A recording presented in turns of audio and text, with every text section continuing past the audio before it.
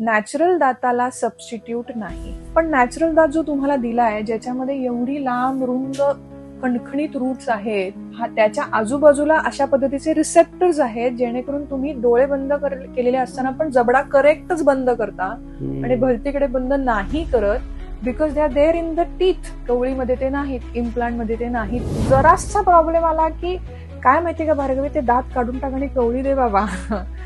हे सोल्युशन नसतं रे त्याच्यावरचं. ज्या पॉइंटला दात काढायला लागतो तेव्हापासून प्रॉब्लेम सुरू होतो. कीड लागली, फिलिंग करा, खाली आलो डीप फिलिंग करा, खाली आलो रूट कनाल करा, रूट कनाल फेल झाली दात काढा, इम्प्लांट करा. हा सिक्वेन्स चालू राहतो रे. सो तो कुठेतरी ब्रेक करणं गरजेचं आहे, तर तुमचा नॅचरल दात वाचेल. प्रॅक्टिस कन्झर्वेटिव्ह डेंटिस्ट्री और demand for conservative dentistry from patient side is also equally important.